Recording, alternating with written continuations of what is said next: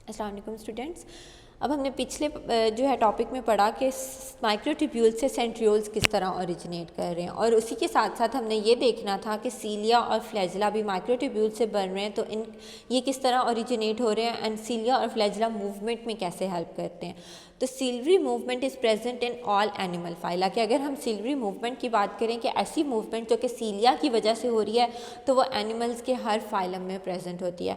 अब आपके जहन में ये सवाल आ रहा होगा कि अगर हम अपनी ह्यूमंस भी तो एनिमल में आ रहे हैं, तो ह्यूमंस एक जगह से दूसरी जगह जब हम मूव करते हैं तो उसके लिए तो सीलिया इन्वॉल्व नहीं होते, हम तो अपनी टांगों के ज़रिए मूव कर रहे होते हैं। तो असल में अगर हम मूवमेंट की बात करें तो मूवमेंट और लोकोमोशन में डिफरेंस होता है। जब हम एक जगह से दूसरी जगह मूव कर रहे हैं, पूरे के पूरे हमारी बॉडी एक जगह से दूसरी जगह मूव करके हम शिफ्ट हो गए हैं, तो क्या कहते हैं, इस प्रोसेस को हम लोकोमोशन कहेंगे, कि एक जगह से दूसरी जगह लोकोमोट करके। लेकिन हमारी बॉडी में मूवमेंट जो है वो हर टाइम हो रही होती है, कि अगर हम एक जगह पे बैठे हैं तो हमारी बॉडी के अंदर जो डिफरेंट जो खाने की मूवमेंट हो रही है, ये डिफरेंट मसल्स मूव कर रहे हैं, तो मूवमेंट हर टाइम हो रही होगी बॉडी के अंदर। तो locomotion and movement are something different जो हैं वो। और सिलियरी मूवमेंट जो इसलिए हमने कहा कि सारे एनिमल फाइला के अंदर प्रेजेंट होती है, क्योंकि कहीं ना कहीं सीलिया इन्वॉल्व होते हैं मूवमेंट के लिए। अब जैसे अगर हम अपने विंड पाइप के अंदर देखें, जो कि रेस्पिरेशन के वक्त जब विंड पाइप में से ऑक्सीजन गुजर रही होती है, तो उसके अंदर भी छोटे छोटे सीलिया प्रेजेंट होते हैं। और उन सीलिया का फंक्शन क्या है कि जो भी उसके अंदर डस्ट पार्टिकल्स हैं उनको ट्रैप कर लेंगे और उनको आगे लंग्स तक नहीं जाने देंगे। तो ये मूवमेंट तो हो रही है, तो इसको कहेंगे कि ये सीलरी मूवमेंट है। लेकिन अब अगर हम ये कह रहे हैं कि सारे एनिमल फाइलम में प्रेजेंट है, तो एक ऐसा फाइलम है एनिमल फाइलम जिसके अंदर सीलिया एब्सेंट होते हैं, और वो कौन सा फाइलम है, दैट इज़ आर्थ्रोपोड्स। के आर्थ्रोपोड्स जो हैं जिसके अंदर सारे इंसेक्ट्स प्रेजेंट होते हैं, जिस फाइलम के अंदर इनके अंदर सीलिया एग्जिस्ट नहीं करते और ना ही सीलरी मूवमेंट एग्जिस्ट करेगी। और अगर सीलिया और फ्लैजिला को कंपेयर करें तो सीलिया साइज़ में स्मॉल होते हैं और बहुत ज़्यादा होते हैं, न्यूमरस इन नंबर होते हैं, कि जहाँ पे भी प्रेजेंट होंगे उन्होंने ऑर्गेनिज्म की पूरी बॉडी को कवर किया हुआ होगा। लेकिन अगर फ्लैजिला की बात करें तो फ्लैजिला लॉन्ग होते हैं एंड वन और फ्यू इन नंबर, के कुछ ऑर्गेनिजम्स में तो सिर्फ एक फ्लैजिला होगा, या अगर ज़्यादा हैं तो कुछ ज़्यादा होंगे, 2 होंगे, 3 होंगे, तो कुछ ज़्यादा होंगे, लेकिन पूरी बॉडी को ये ज़्यादातर कवर नहीं करते। अब ये ओरिजिनेट कहाँ से करते हैं, तो जैसे हमने पहले भी पढ़ा, पीछे सेंट्रियोल पढ़ते हुए पढ़ा कि ये बेसल बॉडी से अराइज करते हैं। और बेसल बॉडीज़ कहाँ से बनती हैं, सेंट्रियोल से बनती हैं। और ये बेसल बॉडीज़ कहाँ पे प्रेजेंट होंगी, they are present just beneath the cell membrane in the cytoplasm, कि सेल मेम्ब्रेन से बिल्कुल अंदर साइटोप्लाज्म में बेसल बॉडी प्रेजेंट होगी, और बेसल बॉडी सेंट्रियोल से अराइज होगी। जैसे हम पहले डिस्कस कर चुके हैं कि बेसल बॉडी जो है वो सेंट्रियोल से बनेगी, और फिर इस बेसल बॉडी से जो है वो फ्लैजिला ओरिजिनेट कर रहा होगा या फिर सीलिया ओरिजिनेट कर रहे होंगे। अब हमने साथ साथ देखना है कि जैसे हमने सेंट्रियोल में देखा था कि उनकी माइक्रोट्यूब्यूल अरेंजमेंट क्या है, तो यहाँ पे सीलिया और फ्लैजिला की माइक्रोट्यूब्यूल अरेंजमेंट क्या है। ये माइक्रोट्यूब्यूल अरेंजमेंट दोनों में, सेंट्रियोल में और सीलिया और फ्लैजिला में डिफरेंट होती है। कैसे डिफरेंट है, सेंट्रियोल में हमने डिस्कस किया था कि 9 ट्रिपलेट्स ऑफ माइक्रोट्यूब्यूल्स होते हैं, और उनकी अरेंजमेंट हमने कहा था 9+0 होती है।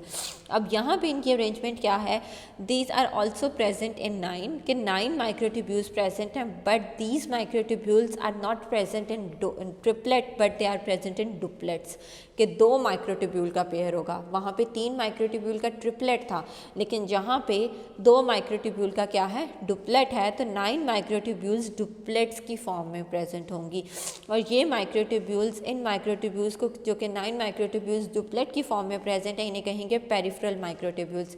पेरिफेरल माइक्रोट्यूब्यूल्स क्यों कह रहे हैं, क्योंकि ये पेरिफेरी पे अरेंज होंगी, ये सिर्फ सेल के एज पे प्रेजेंट होंगी, सीलिया और फ्लैजिला के एज पे प्रेजेंट होंगी, पेरिफेरी पे अरेंज होंगी। और इन पेरिफेरल माइक्रोट्यूब्यूल्स के साथ साथ इनके अंदर 2 सिंगल सेंट्रल माइक्रोट्यूब्यूल्स भी प्रेजेंट होंगी।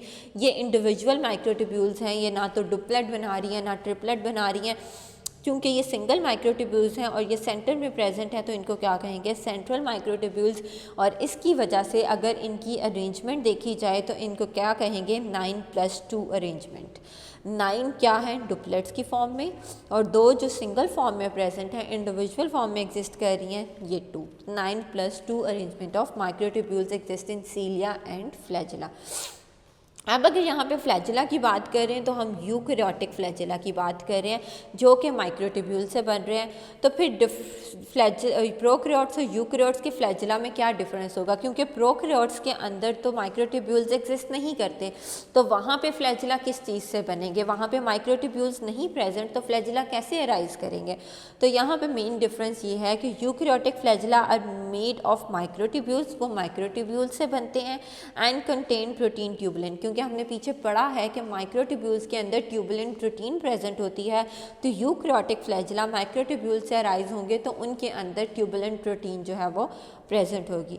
अब अगर प्रोकैरियोटिक फ्लैजिला की बात करें जिसके अंदर प्रोकैरियोट्स के अंदर माइक्रोट्यूब्यूल्स नहीं प्रेजेंट, तो इनके अंदर एक प्रोटीन प्रेजेंट होती है फ्लैजिलिन प्रोटीन, जिससे फ्लैजिला जो है बनते हैं। So prokaryotic flagella are made up of protein flagellin. तो ये इनमें जो है मेजर डिफरेंस है यूकैरियोटिक एंड प्रोकैरियोटिक फ्लैजिला में, ये दोनों बिल्कुल भी सेम नहीं होते हैं। इसी तरह सीलिया जो है वो भी माइक्रोट्यूब्यूल से ओरिजिनेट होंगे और सीलिया बॉडी के ऊपर, पूरी बॉडी के ऊपर फैले हुए होंगे और उनकी कोऑर्डिनेटेड मूवमेंट से बॉडी जो है वो मूव करेगी, कि जिस तरफ सीलिया जो है मूव करेंगे उस तरफ बॉडी को जो है वो फोर्स मिलेगी और बॉडी उस तरफ से मूव करना शुरू हो जाएगी, और सीलिया की मदद से बॉडी पूरी की पूरी अपने आप को रिवर्स भी कर सकती है, कि सीलिया एकदम से अपना जो मूवमेंट है उसको चेंज करेंगे और बॉडी की मूवमेंट जो है, बॉडी जो है पूरी अपने आप को रिवर्स कर लेगी और दूसरी डायरेक्शन में मूव करना शुरू कर देगी। Thank you.